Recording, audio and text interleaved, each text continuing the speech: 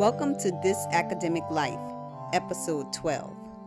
Hi, my name is Lucy Zhang. I'm a professor in mechanical engineering. Hi, I'm Pani Anual. I'm an assistant professor in the Department of Mechanical Engineering. Hi, I am Kim Michelle Lewis, Associate Dean of Research and Professor of Physics. Today, we discuss the myths and realities of an academic administrator. When I told my friends and colleagues that I was taking my first administrative position as an associate chair of the Department of Physics, Applied Physics and Astronomy, they congratulated me and said I would do a great job. Later, when I told them that I was taking a position as an associate dean of research, graduate programs in natural sciences, they said, "You're going to the dark side." Well, after 1 year as an associate chair and 3.5 years as an associate dean, let me tell you, I've learned a lot, and my professional skills, including my understanding of university decisions and operations, have developed tremendously. Although prior to these positions, I must admit some of the skills I possess to maintain true to who I am, and my commitments are really what have kept me from going to the dark side. Today's guest, Dr. Linda Schadler, will discuss some of the myths and realities of academic administration, including why faculty think that being an administrator is a dark and mysterious position. Dr. Linda Schadler is the Dean of the College of Engineering and Mathematical Sciences at the University of Vermont. Linda graduated from Cornell University with a Bachelor of Science in Materials Science and Engineering and received a PhD in Materials Science and Engineering from the University of Pennsylvania. Her research focuses on the mechanical, optical, and electrical behavior of nanofield polymer composites. Previously, she spent 22 years as a faculty member at Rensselaer Polytechnic Institute, and later in her tenure at Rensselaer, she became the Vice Provost and Dean for Undergraduate Education. Before I welcome Dr. Schadler, I want to briefly tell a quick story of my first interaction with her as an administrator as the Vice Provost and Dean for Undergraduate Education. It was during an undergraduate research symposium at Rensselaer. I walked up to the check-in desk to pick up my badge, and there was Linda handing me my badge.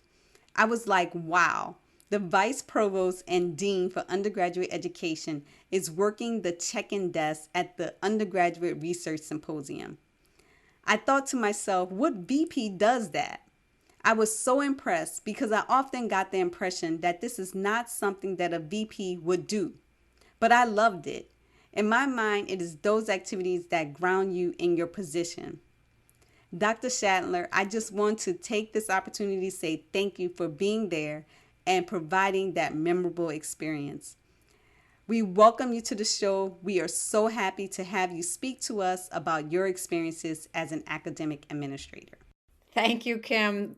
It's fun to hear that story. And that's, I think, called authentic leadership. You want to be who you are when you're being a leader. You can't be somebody else. I would like to start just by getting an idea of how you ended up on this track. So can you tell us a little bit about your academic career and how you ended up in positions of academic administration? And tell us if it was really a long-term professional plan, if it was thought out. Did you know that this is what you were going to do since kindergarten? Give us an idea about that trajectory. Sure. When I was young and less well-informed, I did think I wanted to be a university president. That looked like fun, and I was very motivated. But as I learned more about what a president did, I lost interest, primarily because I learned that they spend a lot of time on fundraising, and that did not look fun to me at the time. So I kind of crossed that off my to-do list, and I spent many happy years as a faculty member. I really, really love helping students learn and develop professionally, and I also really love the challenge of research. But after about 13 or 14 years in academia, I was looking for a new challenge. I'd been sitting on the University Promotion and Tenure Committee, and I'd learned a huge amount about other colleges through that. But soon after that, I was asked to be a faculty coach for a National Science Foundation advance grant. This meant I was meeting with the women junior faculty in the College of Engineering and was offering mentoring, but I was also finding out what their barriers were. And I would then make a visit to the dean and advocate for change. So, those experiences gave me a small taste of ways you could have broader impact than just as a faculty member. And in either my first or second year as the faculty coach, we got a new dean. And I was reporting out to him about what I had learned and what actions I thought he needed to take. We had a great conversation. He was clearly committed to faculty success. And then he said, "Why don't you apply to be the Associate Dean of Undergraduate Education?" And I was floored. I had not thought about it in years, except maybe to be a department chair sometime in the future. But he sat there and he talked about his vision for the college, and I found myself wanting to be part of implementing that vision. So I applied, I got the job, and I kind of had a co-associate dean. We shared an office suite. And we had a blast. We had big impact on the college in many ways, really just through daily stuff, but longer term impacts. We changed how the advising was happening in the college. That became more professional and more centralized. We had made huge changes to the manufacturing facility. So I just found that I was enjoying learning how to have positive leadership impact and improve the education for students and the support for faculty. So I learned a lot through that. And then that dean left and I applied to be the dean, but I did not get the job as the dean. In fact, the current dean is one of my best friends and he's the one who got it. And we're still very good friends. I instead was asked by the president to take a role as the vice provost of undergraduate education, which I call VUPDU because what a long title, right? So VUPDU is much better. And for the first time, I realized the value of fundraising and endowments because in that role, I had endowed funds, which gives you incredible freedom. So I implemented a program that tried to bring back a culture of pedagogical innovation at RPI and to improve our classrooms. And wow, that was fun. It was in partnership with the faculty, and I can talk more about that later if you want, but that was great. And then it was time to leave RPI. At some point, you realize that if you're going to continue to impact, you need to go try your ideas out at a new place. And so here I am at UVM, and I love it. One of the things I often ask academic administrators is, what is your biggest gratification in this job? That's a great question. For me, it's when you've worked in partnership with the faculty or the staff or the students, and you have found a way to improve advising or teaching or research or faculty growth. As I mentioned, one of the things I'm really proud of is the Educational Collaboratory at RPI. And that was a space for testing new classroom technologies. It had a rotating faculty board that shared best practices. The faculty ran workshops and they helped me figure out seed grants people could apply, and they chose the winners of the seed grants to try implementing new things in the classroom. It sparked creativity on campus. It was done as a team and it was working. And when something like that happens, then it's all worthwhile, right? And I really think those first experiences taught me a huge lesson, and that was that the more the process is shared with faculty and staff for improvement, the better the idea becomes. Because you start with a kernel of an idea, and then the faculty who are so smart and creative build on it, add to it. The staff do as well, and they add the practical component to it. And it just becomes a teamwork thing that's fun. So I've tried to carry that forward with me. So that's a simple answer, I guess. I could always add more details, but that's probably the best example I have. Nice. So you mentioned that in order for these ideas to work and to have the largest impact, you need a team effort, not just your administrative staff, but you need the faculty to be invested and you need the staff, right? So with that being said, why do you think that faculty members believe that moving into administration is considered a dark and mysterious place? Even though you are bringing them in to help develop and promote your ideas, there's still this culture of this dark and mysterious position. What are your thoughts about that? Yeah, I've thought a lot about this, especially since you contacted me. And here's what I think.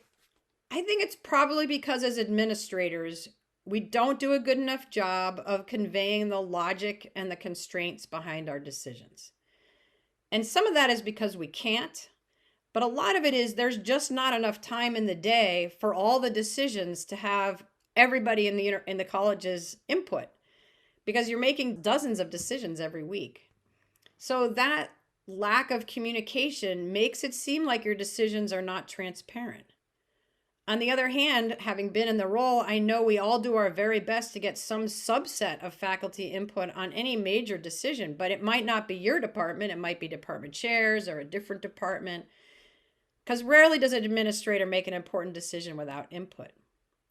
And the other thing I think is that faculty sometimes, maybe even often, don't know all the details.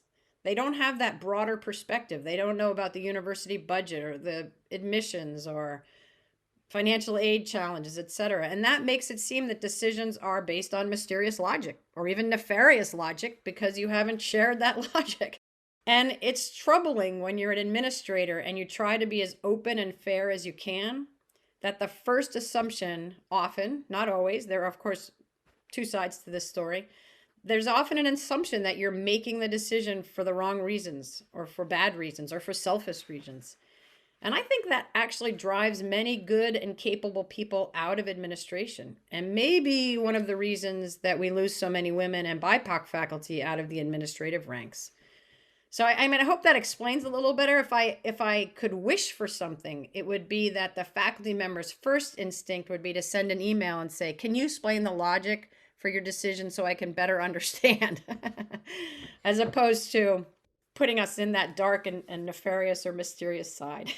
Yeah, I definitely agree. Then, based on that, your inbox is going to go from like 100 to like, it's going to triple, right?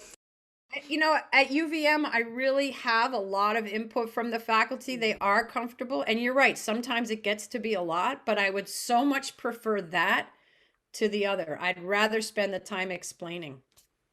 I agree. That's a good one. I feel that the faculty members often think that universities are top heavy, right? They'll say, oh, there they go again, hiring another administrator. Why do we need a VP of blah, blah, blah, blah, blah? Like you said, the title is long, and sometimes it's their biggest gripe. No matter what you say, oh, it's the administrator's fault, right?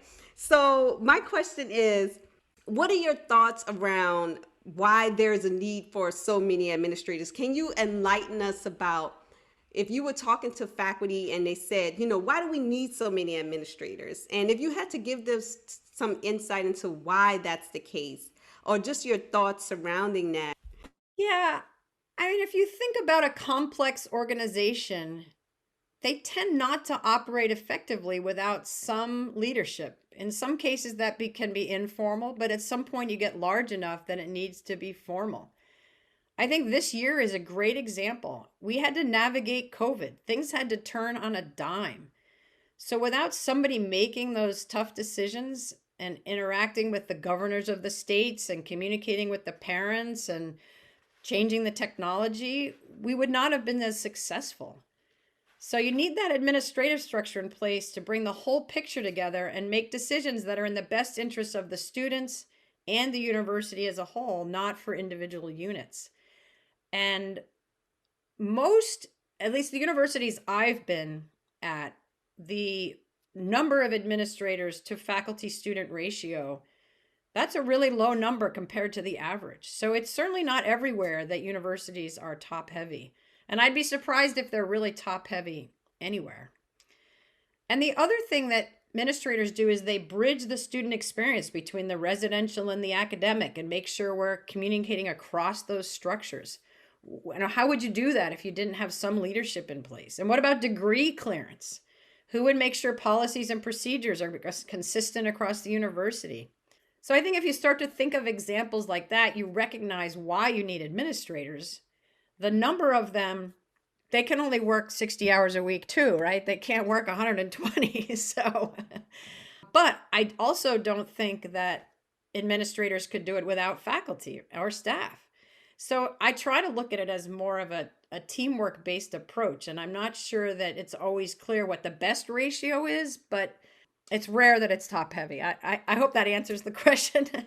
But if you think about it as a division of labor between faculty control the curriculum, that's the heart of the university, and the administrators are trying to enable that role for the faculty and then the success of the students. Striking that balance is the key. From a faculty point of view, we don't want to constantly jump many hurdles, quote unquote hurdles, to get to a certain place. So if we have so many administrators where in order to get one thing done, we have to get 5 signatures, then in my point of view, that's too much, right? But if it's something that's necessary, obviously it cannot be overlooked. So then that role, administration's role, is there for a purpose. Perhaps might never reach a perfect balance, just like life, but I'm sure we're all working towards that. Yeah, I think I want to make a distinction between administration and bureaucracy, right? You could have the same number of administrators and you could do a better job of streamlining processes. So I think it's a matter of, are the administrators keeping in mind the most efficient way to enable faculty success? And you're right, you can never get there, but it's a constant conversation. And I think it should continue. And perhaps there's a better role for the faculty governance administrative conversation around streamlining of processes instead of just around curriculum and promotion and tenure.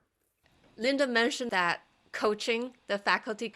I still remember that day we were sitting outside the library and you went over my CV page by page and talking to me about what I needed and what things do you think would help me in terms of going up for tenure and promotion. It made a huge impact. I don't even know if you realize it or not, and I'm sure you had made that impact for many other faculty. Those were fun days. One of the other wonderful things about being in administration is if you can help someone's career take off, that is very gratifying. And you're a great example of a career that took off. There are some realities of being an administrator that faculty in general are not very much aware of. Are there any good or bad things that had surprised you once you took over some of these administrative roles?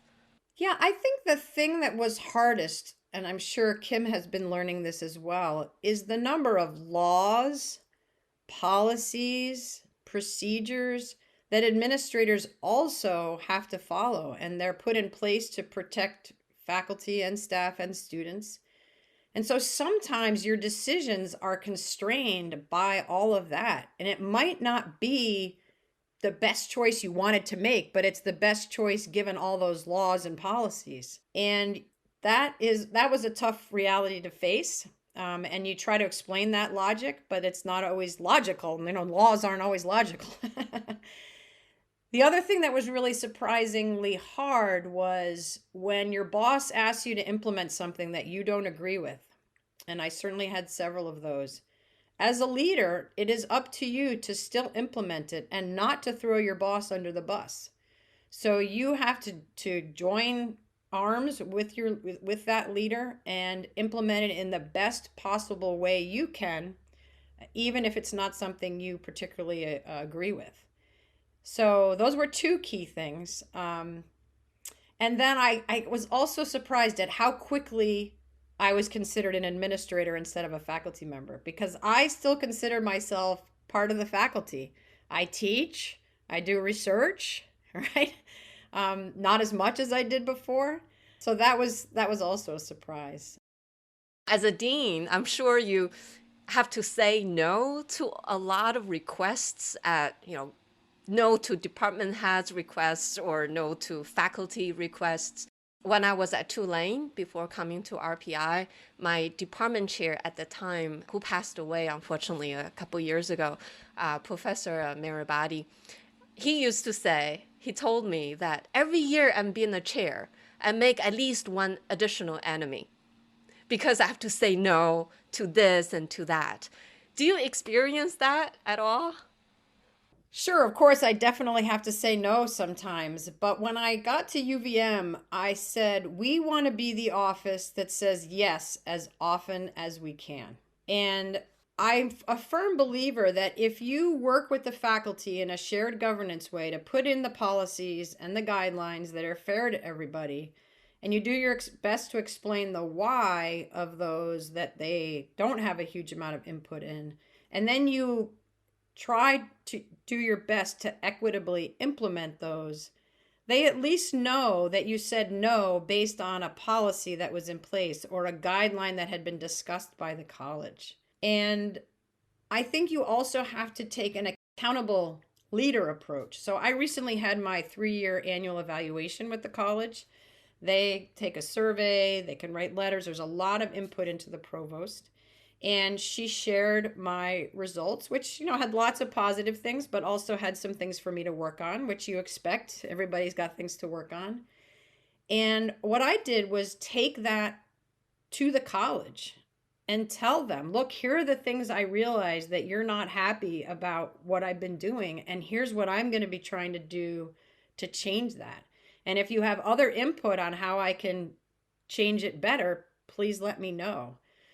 So I may be making enemies. You can't be a leader for too long without, but I try really hard to keep those communication channels open so that one of my faculty members recently said, you can disagree without it being disagreeable. And if you can get to that point, then you're not making enemies. You're just having people that you respectfully disagree with. And I'm nowhere near perfect on it, but that's the goal. Wow, that's yeah. Yeah, and I'll just add one other thing. Sometimes when you say no, then you get feedback and you adjust things. And sometimes a no can turn into a yes if the faculty are willing to work with you on something. So I also try to take that approach when their request is something that's really important for their success. So really communications is the key here. Now that you're at this position, you mentioned earlier that you still do research and you still teach. How does that work? I mean, you have only this amount of time in a day. And how do you keep it up? So I kind of look at it the way I do work-life balance. You set some priorities, you set a value system, and you work within that. So I just committed time each week to my research. And I have wonderful collaborators. So we have several meetings a week in those collaborative groups. And I just make sure I block out my calendar for that time and block out the calendar time to meet with my students. It's tougher to be a student in my group now because you don't get the attention that you used to get. So I try to explain that up front. I often have a postdoc around to help out, but I'm very committed to meeting weekly with my students. And I find that it helps me keep my sanity, if you will, because, there's a lot going on when you're an administrator. And if you can keep in touch with your roots and the intellectual challenges that you loved early in your life, I mean, I still love them. And it just helps me keep perspective on why I'm doing what I'm doing. So, Linda, what are the major skill sets that you believe separate an administrator from a faculty member? Yeah, that's a great question. I'm actually a pretty firm believer that anyone can learn to be a leader. It probably needs to be at the right time of your career, however. But in thinking about the skill sets, first, I think you need to be at a point in your career when you're ready to enable others. As faculty, we focus on developing our own careers and enabling students, but not necessarily enabling our fellow faculty. But at some point when your career is strong enough, turning around and enabling others, that's what leaders are trying to do. So I think you need to be at that point in your career. I think you need to be willing to make tough decisions. As we talked about earlier, leadership's hard. It means making decisions that will not make everyone happy, no matter what logic you provide. And you try to optimize what's best for students, faculty, staff, the university, but that means somebody is likely to be unhappy, and you have to have a tough skin and be willing to take those risks and make the tough decisions, because that's how you can make change. And the third thing I was thinking of, and I think this is probably what's missing most, is emotional quotient, EQ. And I don't know if you all have done reading on that. It's like IQ, except it's understanding people's sensitivities, being able to look at a situation from someone else's shoes. And no one ever has enough of this on any topic. Think about a lot of things that are going on in our country where we all need to have some more EQ.